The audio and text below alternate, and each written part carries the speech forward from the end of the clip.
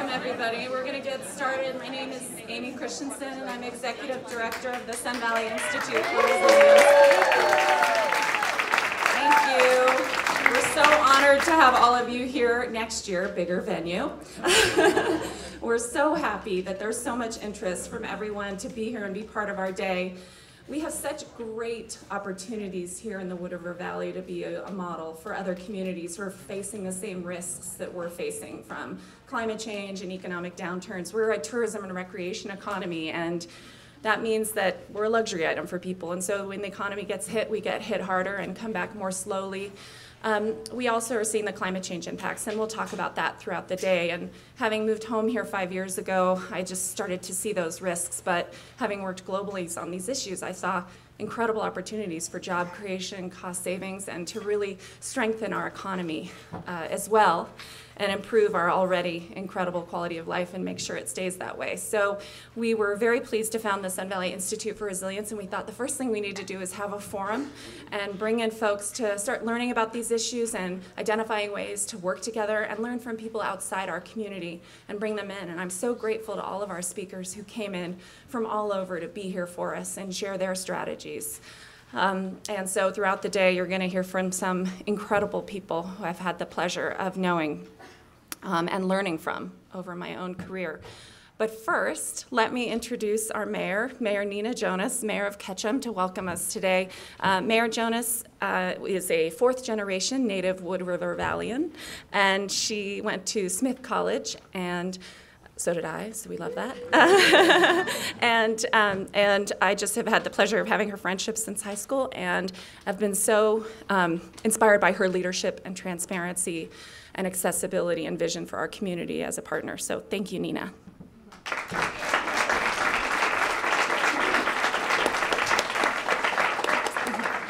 Good morning.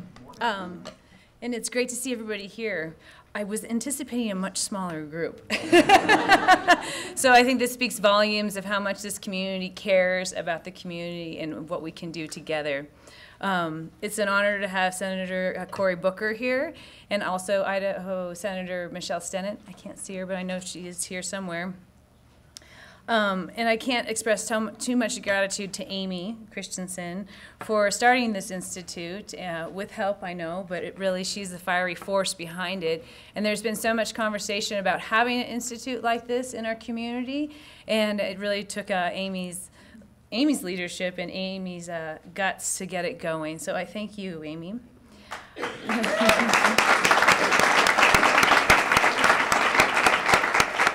And Amy and some other members in the community or in the room here, Sharon, are part of the Ketchum Energy Advisory Committee, which is a committee for the city. And they advise the city on energy ideas and how to be resilient, cost-effective. Alan's in the back there. Rick's somewhere. I saw him. There he is. And so we've tied our work together seamlessly, and it's been brilliant. And to have this institute as a forum for doing other things beyond what the city can do and build for the community is exceptional, and is a bigger deal than I think people realize, because the city's hands are so tied within the state. So we'll really be able to move forward under this new forum. So again, thank you. And, you know, there's been a lot of bounce back and resilience. It's sort of a human character. And there's many times we see it in our community with the fires, with the economy, with an individual who gets injured, and the whole community rallies to support those individuals. When we had the fire, the community kept going down to the camp and giving them food and giving them sleeping bags, and to the point where the firefighters had to say, "Leave us alone." But really, and the people here on this gorgeous sunny day after a whole week of rain shows how much we care about our community and how much we really want to build on what we have for each other and the love that we have for each other and the support that we have for each other. So I'm really excited to see how we can move forward under an umbrella organization and under the guidance of all these experts here, and I'm excited to hear what everyone has to say, and really build this and become an example community for other resorts in the Northwest and other communities around the world. So thank you all for being here, and thank you, Amy. Thank you. Thank you. With a very brief introduction to our keynote speaker, who has been an incredible friend and colleague, and has generously given his time to help us launch this institute. Senator Booker really needs very little introduction, and you can read about him in the documents. But he attended Stanford undergrad. He was a tight end football player. He also was a Rhodes Scholar at Oxford, and he graduated from Yale Law School. He was elected mayor in 2006. I met him about 2 months later, and he was elected senator in 2013. And I think what he's most known for is his willingness to just find the solution, whether that means having to cross the aisle and find the solution by collaborating with people who others might not seem a likely collaboration, whether it's being accessible to his constituents, and that's directly on the street. When I knew him as mayor, he was doing ride-alongs at late Friday nights till early in the morning to really get to know his community and what those crime issues were, to his use of technology, and he has 1.5 million Twitter followers, and he uses technology to great impact, whether it's something in the infrastructure of his city or his state that needs addressing, it's emergency, or it's just feedback on a program. He is active and he responds to them, and he's a real model for all of our political leaders. So thank you, Senator Booker, for joining us.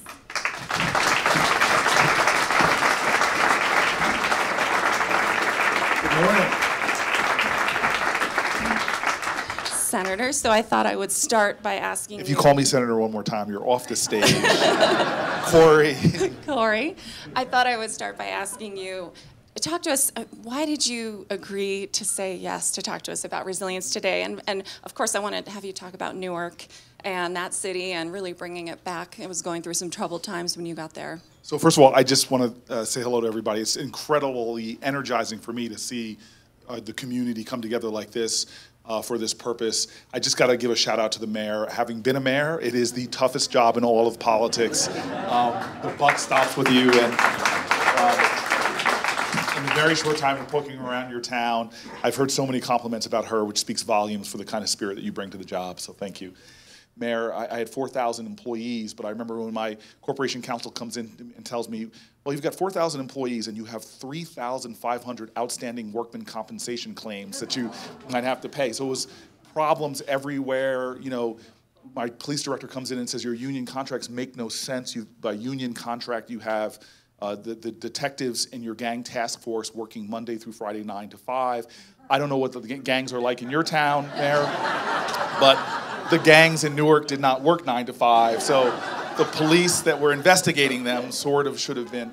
So all of these challenges, and then Amy comes along, and no, this is very serious, Amy, so blush as much as you have to, but, and it was this consciousness expansion for me to understand that if you walk in with an environmental view of the world, it's not an add-on, it's not something to an afterthought, but if you put sort of a green lens over a lot of these problems, it could actually create really big win-wins for your city in ways that you might not imagine. And so as soon as we sort of started looking at things through a green lens, I began to say creative things like, you can't have the American dream unless it's a green dream, because there's such an urgency to address issues. And in many ways, we were doing I took judo for all of 6 months as a kid, so don't mess with me. I think I got from a white belt to a yellow belt. But one of the first things you learn is judo is about going with the forces as opposed to against them. And when we started understanding that if we harness the wind as opposed to fight it, we could actually do some pretty extraordinary things for our city. So tell me a few stories about what did that look like on the ground in Newark to help build that resilience, whether it was the port or other areas in which you were investing in well, so despite the big difference between our towns, I look out here at these gorgeous mountain ranges, and I think this reminds me of New Jersey. It's just, I feel so at home as I look around here. So despite the obvious similarities between our communities, you know, any community of people, and this is what I'm just getting energized from this group here, who comes together with the same goals, that really affirm their community, build upon it, wants to see your community successful. That's what we did as a community. We pulled together in these big transition forums that had everybody represented, from single moms struggling to raise their families to professors at Rutgers and NJIT, all discussing what are our community values, What are our clear goals as a community? And how do we manifest them with strategies that we can all get behind?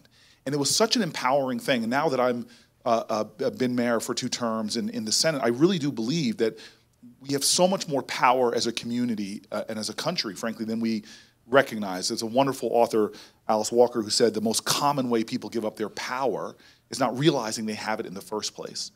And so when we sat down as a community and started looking, well, every city, every neighborhood, every community has assets. What are the assets of what are the strengths that we have? We actually brought in Michael Porter from Harvard, who has something called the Initiative for Competitive Inner Cities, that has this philosophy that if you our committee said, give me the right lever and I can change the world. What are the leverage points in Newark, New Jersey, for example? And we started seeing there were things that were just obvious to us. Like, for example, America's 3rd biggest port is in Newark, New Jersey. And you could look at it and say, this is an environmental disaster.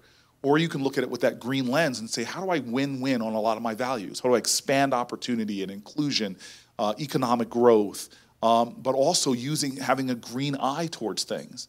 And so we would see things where we had brownfields all surrounding our port. If you went up above and looked down, you would see the port and then open land that had been made toxic.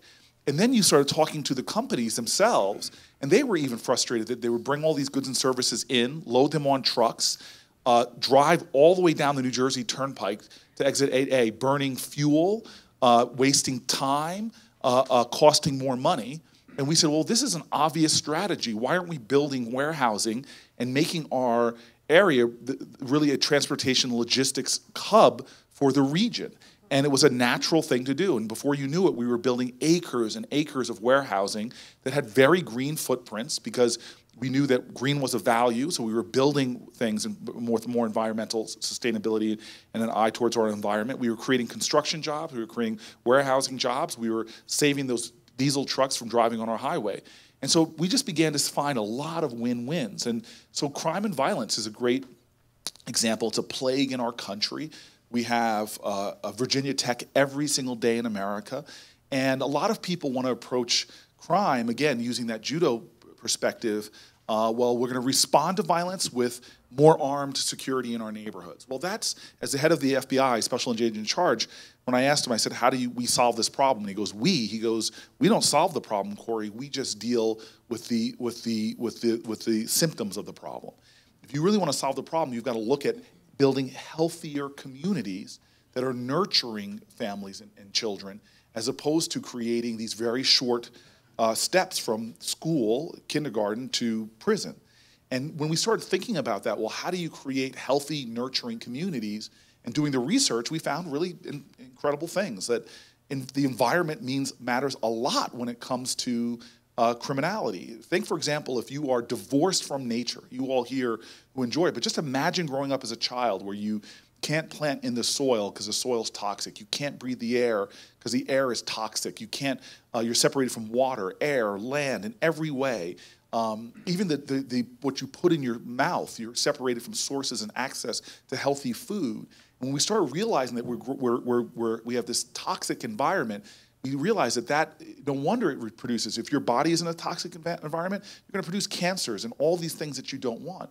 And so we just started looking at studies that were even saying really interesting things like the more trees you plant in your community, the lower crime is, the more access to parks, the more you banish a lot of the ills. So we started leaning in with a very aggressive strategy to double our tree canopy. We decided that we were going to make Newark, New Jersey the largest urban farming city in the state. We decided that we were going to create the largest parks expansion our city had in a century. And we started going to those strategies, not even realizing that we were going to create win-win-win-wins. So, for example, the urban gardening, we faced challenges. We couldn't go into the soil, but we got planter boxes and now created acres of urban farming. But we said, wait a minute, we partnered these public-private partnerships like the Trust for Public Land or other sort of environmental groups that we started seeing that we partner with them, and they actually will then need to employ people.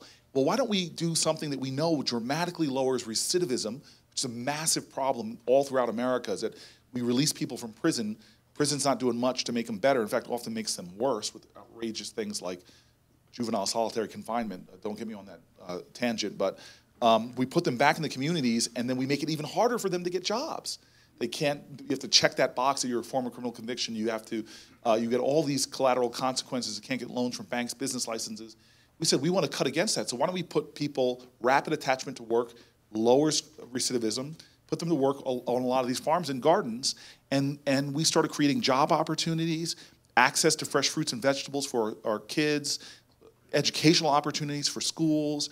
The more we did these strategies, the more we saw just a cascade of expanding opportunity for our communities. And so this, for me, as a mayor, made me just continue to start looking even more aggressively to make Newark a place that was going to create incredible opportunities. The solar industry is another example. We realized that by embracing solar in our city, that we could actually create training programs, more public-private partnerships for teenage kids that were not going to go to college, but can now learn solar installation, and created jobs for our kids that really boomed. We started seeing that we had energy efficiency problems, not only in government buildings, but our seniors were spending probably about 50% more, arguably, than they should have in energy costs. So we partnered, again, public-private partnerships with unions and others to train people to do environmental retrofits, which then were lowering the cost to our senior citizens of their energy costs. And again, for poor families struggling to afford their mortgages, it created these win-win-win-wins, created jobs, lowered energy, improved our environment. And then, we were talking, and I'm sorry to ramble on like this. I'm a politician and a lawyer who wants to be a Black Baptist minister as well. So anybody who wants to say hallelujah, amen, make me feel at home. And knowing how much campaign finance rules are challenging, we could pass a collection plate as well. But the last point I'll make there is, we found out the challenges of climate change when Hurricane Sandy came and hit our city. And this has been a great thing transitioning as mayor, to see these genius mayors who really begin to understand what the consequences of this are, and begin to think to themselves, how can I, again, use judo to work with the environment as opposed to against it. And you had mentioned to me last night and again this morning, or night before last and again this morning, one of my favorite mayors in New Jersey is the Hoboken mayor, Dawn Zimmer. And Hoboken is a 1 square mile town that this nation, everything from the first college football game to the first brewery in the United States, it's this historic town. And it got completely flooded during Hurricane Sandy. And one of the reasons is something we learned too, is that Newark was a hotter city than everywhere around it because we just had no permeable surfaces, lots and lots of concrete, which made flooding really obvious. And so we started doing things by trying to change the sides of roads from sidewalks and concrete to permeable surfaces, doing a lot of things, green roofs, looking at a lot of ways to do it. And what Dawn saw was when the water came in, it was the same way. It just had no place to go. And so she's decided to create a ring around the city, basically, a green ring around the city. This will be a natural place to absorb water for it to flow, as opposed to flowing back into the city. And her plans, when she brought them down to me in the Senate, were just extraordinary. And I knew as a senator that, and all of us should think this way, I don't care if you're Republican or Democrat, we should be incredibly frugal with our taxpayer dollars.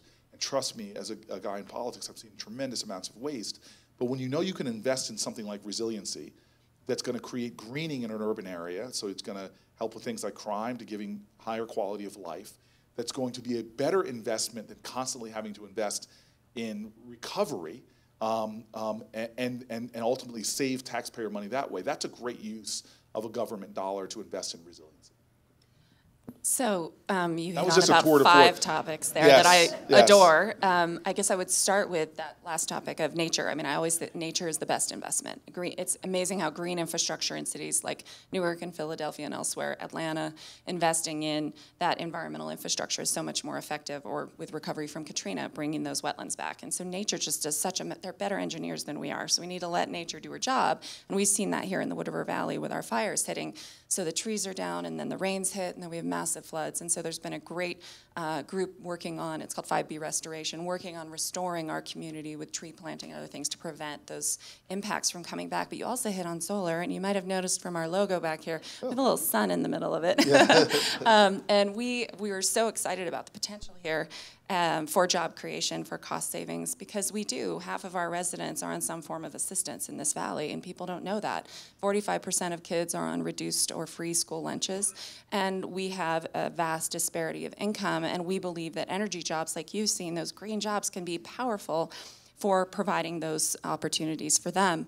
And so we're going to be working with our local academic institutions to help provide those trainings for energy efficiency retrofits and solar installations, just like you talked about, and we're learning from communities like yours here. So thank you for mentioning my favorite topic, which is solar energy, as some people may know. And when you were talking about strategy, we have... I just want to to continue the solar commercial for just one more second. Go ahead. You know, we are...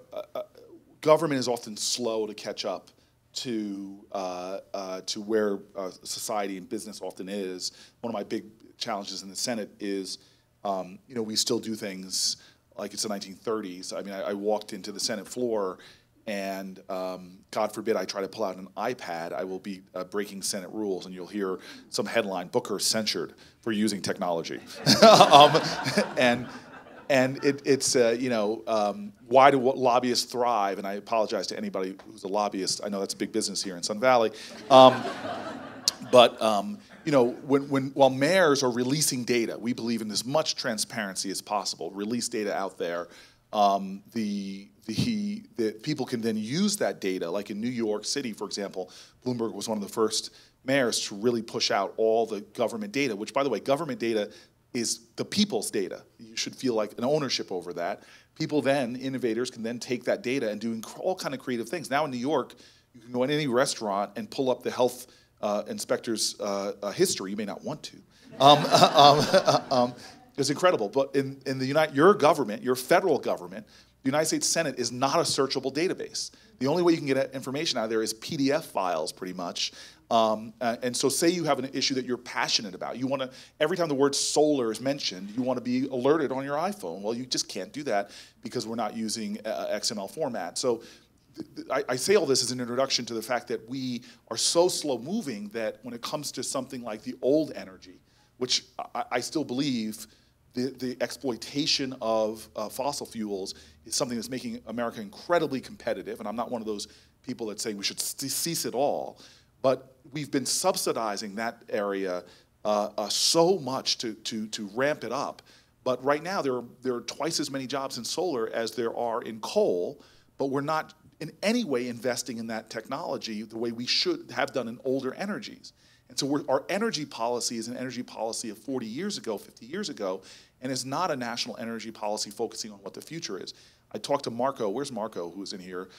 He's, you know, I'm a heterosexual man, but I did feel like kissing you upstairs. I hope you don't mind, because the things you were saying were just so damn sexy. When you were going off on data that I'm going to now integrate into my future talking points and give you no credit for it whatsoever. Good speakers borrow, great speakers steal. But Marco was getting me all excited by just talking about, you know, we're not as a country making the proportionate investments in the technologies that can make us, again, we want to be the globally dominant innovator, exporter of innovation.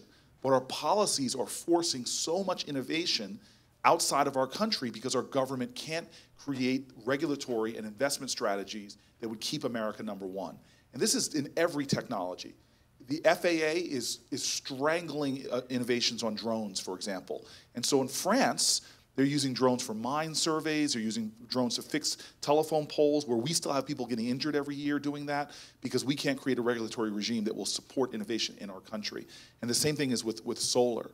And so what I just want to say just to that point is, if we as Americans need to be activated enough to understand that I have two values that I hold dear, which is values of justice or equality and the value of opportunity or growth.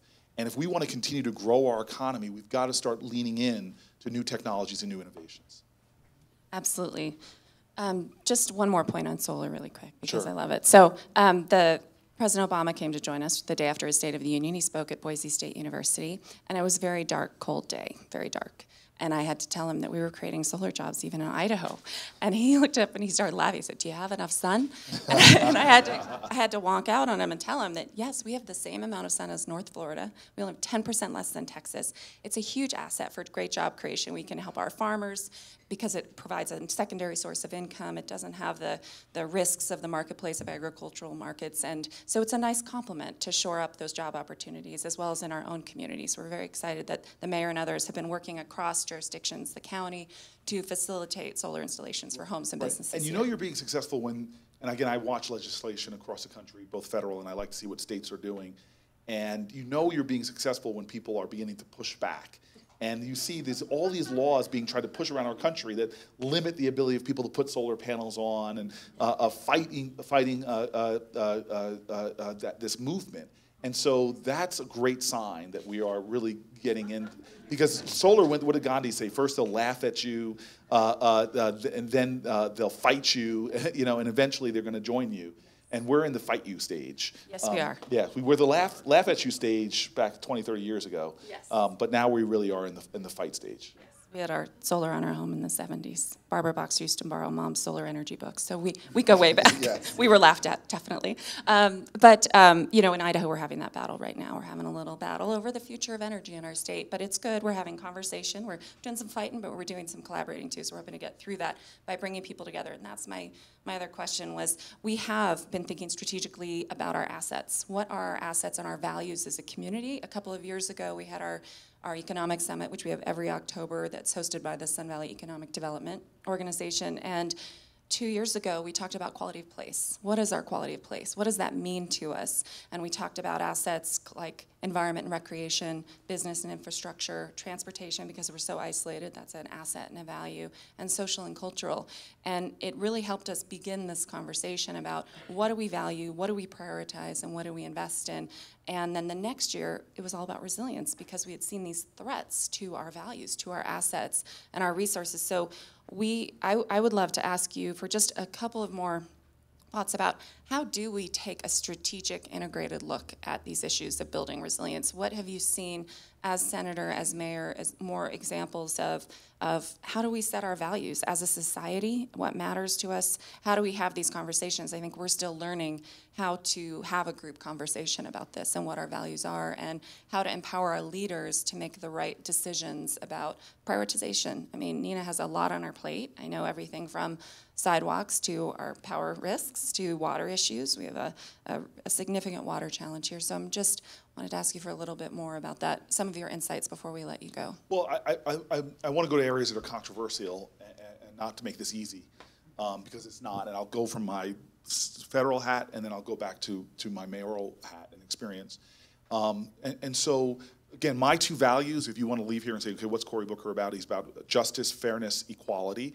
Those are the issues. And then the other one is growth, an opportunity. And so what I love to do is, first of all, they're not separate. They're very interrelated, these two principles of mine. And what I started finding out is that when it comes to taxpayer dollars, what a business, if anybody here runs a business, I don't care if it's a restaurant, manufacturing plant, you're usually focused on a few things are core to your success. One is your physical plant. How does the walls of my restaurant, is my roof leaking? The number two is sort of the employees. You need to hire really good people, the quality of your employees. And the other one is finding ways to stay ahead of your competition, whether it's baking the best pie or having the best technology research and development. Government sort of should be focused on the same thing, but we're just not as a country anymore. Our physical plant as a nation used to be ranked #1. I call it the trashed inheritance. We inherited from our parents this beautiful house, our country, and we've trashed it. And now we've gone down to the 18th best infrastructure in the country. We used to be #1 in developing our employees, our people, #1 educating country in the globe. We've now fallen dramatically, even in higher education, which we have the brightest spots of higher education, but they've withered. The UC system used to be the best public college system on the planet. Not anymore. The cost of college, other countries are keeping it low. Germany, 4% of median income to go to college. England 7%. In America, we're at 50% and growing. You have that final thing, R&D.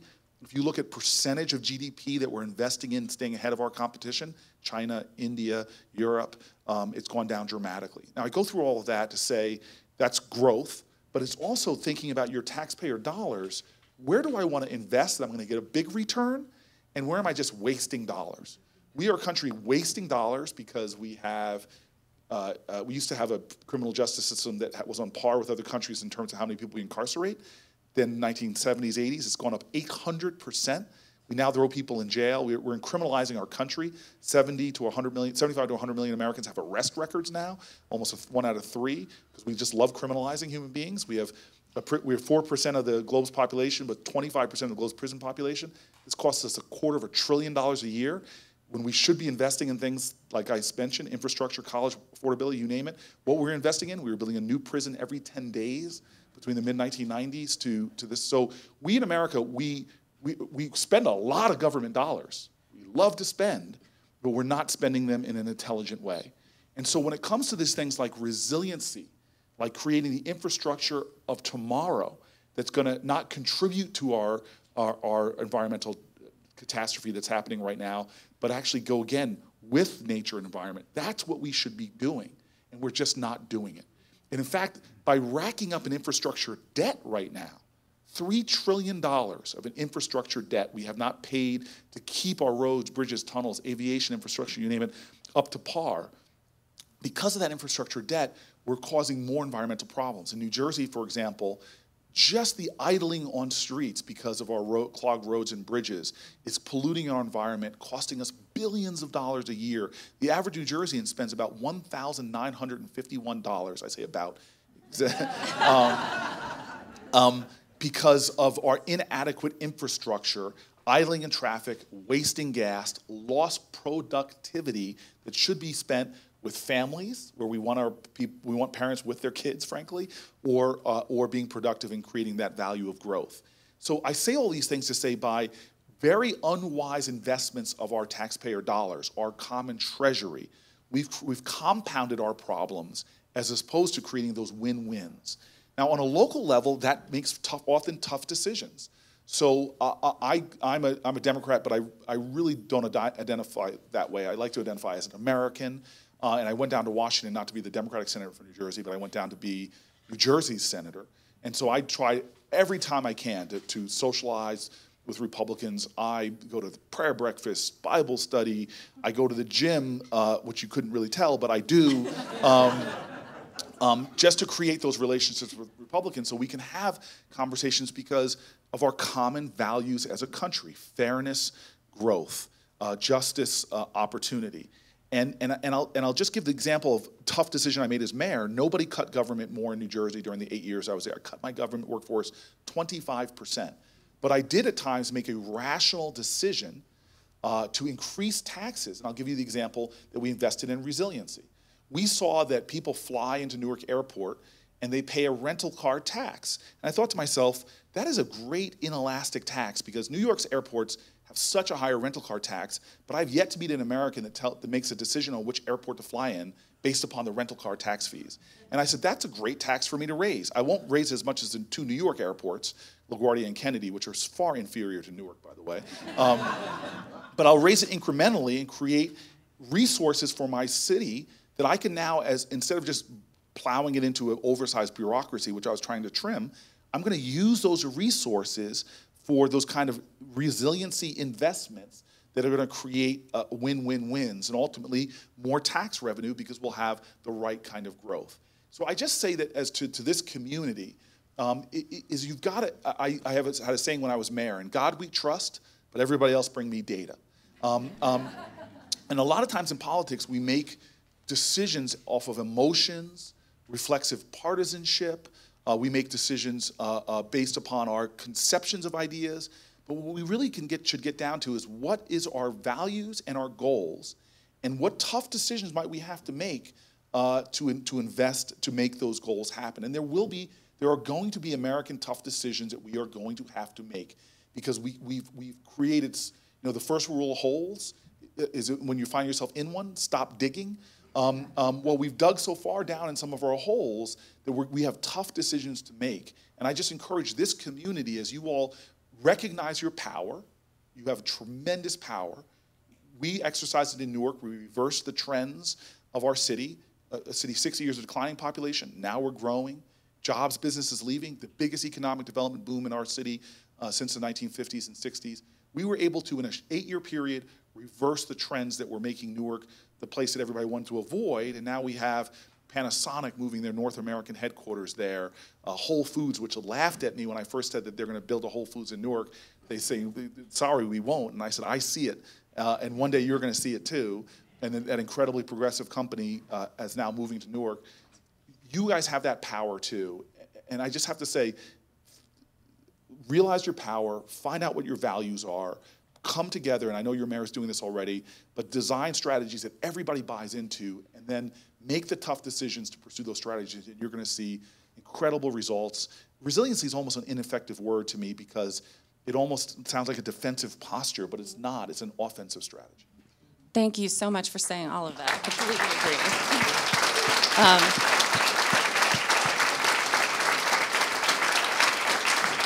I'm going to open it up to a couple of questions, but I would just say that as an institute, we have the benefit of having partnerships with Arizona State University and Boise State University already, because what we want to be able to do is really establish that data, that grounded data.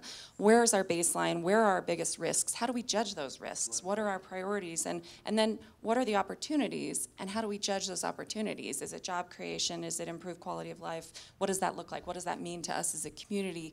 So as an institute, we're going to be building that data platform and then also be having that conversation about values. And the Rockefeller Foundation is here with us today, and they have been taking a big focus on resilience, made that a high priority for the foundation, and they have a framework that they use. They have a 100 Resilient Cities initiative, and we've been looking at their framework to help inform us as a community and adapt it to what works for us. And so really trying to bring that broader strategy into our community. What are our biggest risks with data informing that? And then what are our greatest opportunities, and how do we prioritize those based upon our values as a community? What's the most important as a community, as a collective? So thank you for saying that. We're just starting, but that approach is one that we're working to build here in the area. Should I give you the mic? Thank you. Yeah. Any questions? Anyone? And feel free to go off topic. If my mother has put anybody up to asking why I'm still single, you can ask that if you want. I get that question from her every day.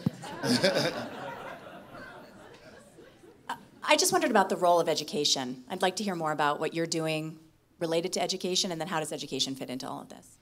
So it is, to me, the unfinished business of America. I always call it the last sort of civil rights battle for this country. I'm not talking about it in terms of race. I'm just talking about this should be a nation that if you're born disadvantaged, poor, you should have an equal shot at cultivating this country's greatest natural resource, which is not solar or coal. It's the genius of our children.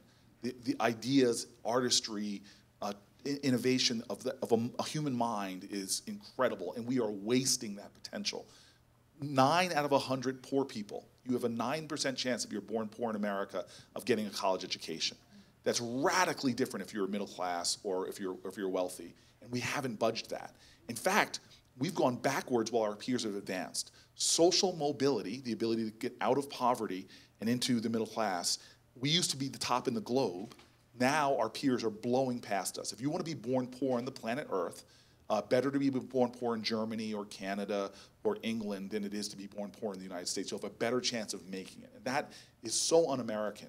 We should be the global leader at cultivating that genius. And so one of the pathways is education, but when I say that, I want to be very clear that when I look at the data, some of the things that banish poverty, well, what banishes poverty is 2-family households. That's not a popular thing often for a Democrat to say. What banishes poverty is people not having children early in their lives. What banishes poverty is having access to work and jobs. And so if you want to help families deal with that poverty issue, which is one of the weights. In fact, I was talking to somebody here at the Allen Company conference about child trauma. They talked about 5 different types of trauma. And if you have 2 of those, your chances of making it in America are very difficult. And one trauma is poverty itself. So once you're poor, you have one of two strikes, and if you get another one, it's very difficult. So when you start analyzing the data about this question, and that's why, again, I'm a fierce protector of government dollars, but I know one of the best investments for a government dollar is prenatal care. One of the best investments of a government dollar is nurse-family partnerships. Having a nurse come home to a mother in her last trimester and her first 2 years of life dramatically lowers the amount of government interventions that we're going to need later in that kid's life, saves government money. And so when we have kids coming to school who've had listened to 3 million less words coming from poverty than somebody, you know that anybody who's a grade school teacher or kindergarten teacher in this country knows how difficult it is then to try to catch that child up. And so I just want everybody to understand that we need to do the entire continuum, and we need to have honest conversations. And I know we are America's, we're the best, yada, yada, yada. I believe in that. I really do, and I don't mean to be flip about it. But I do believe we can learn when we look at other countries. The last controversial thing, because I don't want to leave here saying things that make us all feel good. It is unacceptable to me that every other industrial peer of ours values children like we do, but they actually have policy that actually backs up those words. You know, if a politician like me says, I love the kids, my mom would like me to have some, they should back that up in what policy. So when every other country has paid family leave, so if your child is sick, in America you have to make these awful decisions, whether I'll do a shift so I can have money to feed that child, or will I be home for that kid? Afghanistan and Pakistan have paid family leave. But in the United States, America, we don't care enough to invest in our kids and our parents to be there for our children when they need us. Hello. My daughter just asked me why anyone would ever get into politics. So my question for you is, can you point your daughter out? Let's just embarrass her. Like, that's your job as a dad, She's to embarrass business. your child. My question for you is, why did you get into politics, and how can we encourage the best in our culture to get into politics? How can we raise the bar in political life? So I'm going to try to be as cogent as possible because I have a lot of thoughts about that. So why I got into politics, look, the best way to make God laugh is to make plans for yourself. I was going to be a nonprofit leader. My hero in America was a guy named Jeffrey Canada, who runs, then it was called the Reedland Center, now it's called the Harlem Children's Zone. I moved into the toughest neighborhood I can find in Newark to run a nonprofit. And quickly, leaders in the city began to say to me, you know, we don't need another nonprofit. We need somebody who's going to lead a political change in the city. And so that's what I ended up getting involved in. We have created, as much as we want to blame Washington, please understand that our government ultimately is a reflection of ourselves. And we've allowed our government to reflect the baser values of our community, materialism, venal sort of narrow fights. We now have created a nation of reflexive partisans. There was I think, I got to find this, it was USA Today, I think, did put forth an educational policy and said this is a democratic policy idea, and immediately 80% of Republicans were against it, 80% of Democrats for it. They switched it around, same policy idea, but they said it was a Republican policy idea. Oh God, all the Democrats were against it. So we've created this toxic political environment, and we reward that. Why? Because we have a political system which the thin margins on the extreme are the ones who vote and participate, especially a primary system, which I have some problems with. And that leaves the 80% of us are non-participants in the middle.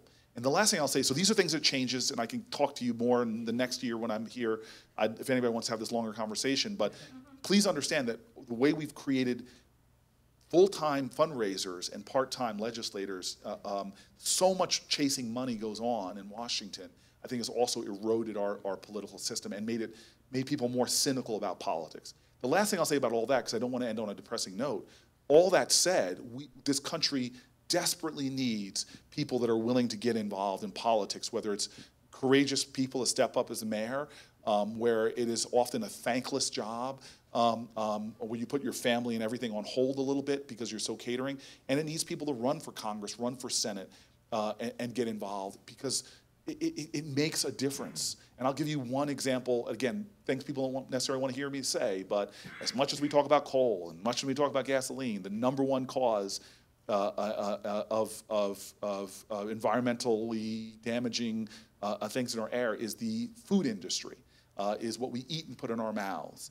And, so you'll never make headlines, but as I was involved in a negotiation called TSCA, which I still have to stop. I've only been there about a year and a half, asking, okay, what does this acronym mean now? But this is toxic chemical law that very important. Yeah, yes, thank you. She knows all the acronyms.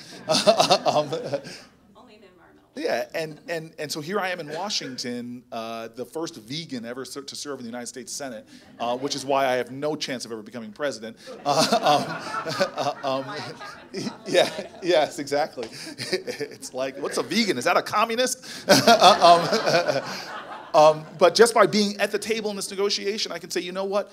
We should not be testing chemicals on animals in any fashion that's unnecessary when there are scientifically proven efforts to do it. And I can put that in and save cruelty and suffering for a lot. So by getting involved, being at the table, you can do a lot despite all the challenges and sacrifices that are involved in our current system. Thank you. I think we have to let you go, and so I apologize for the people who still have questions. Please join me in thanking the senator for joining us.